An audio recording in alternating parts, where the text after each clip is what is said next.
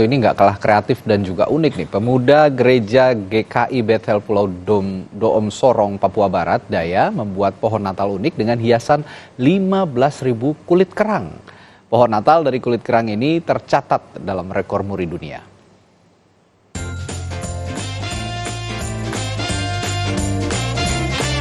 Beragam cara dilakukan umat Kristiani untuk menyambut Hari Raya Natal.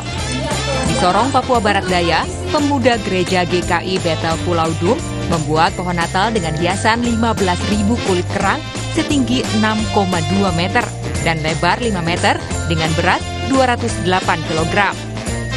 Kurang lebih 1 bulan lamanya pemuda gereja harus mengumpulkan ribuan kerang darah dari beberapa pulau yang berdekatan langsung dengan Pulau Doom. Kerang yang sudah dikumpulkan kemudian disusun berdasarkan ukuran. Untuk bagian atas dari pohon Natal ini menggunakan kerang berukuran kecil. Sementara bagian bawahnya menggunakan kerang ukuran besar yang disusun rapi, ditambah hiasan lampu untuk mempercantik pohon Natal.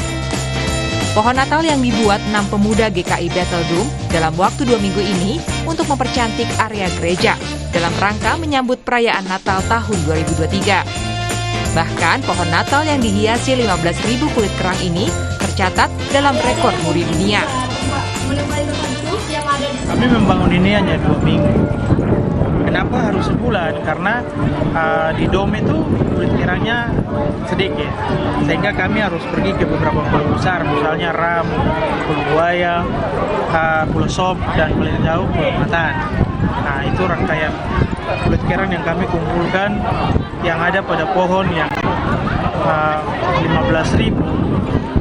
Itu yang di pohon ya, yang lain di bawahnya kita tidak hitung. Hanya pohon saja dengan tinggi 6,20. Itu kami kumpul karena sebanyak itu.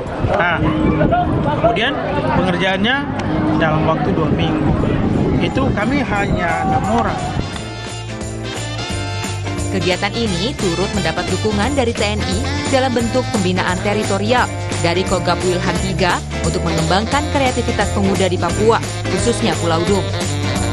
Kreativitas dari pemuda gereja ini turut juga diapresiasi oleh pemerintah Provinsi Papua Barat Daya. Penghargaan ini merupakan bentuk prestasi untuk mengharumkan Papua Barat Daya.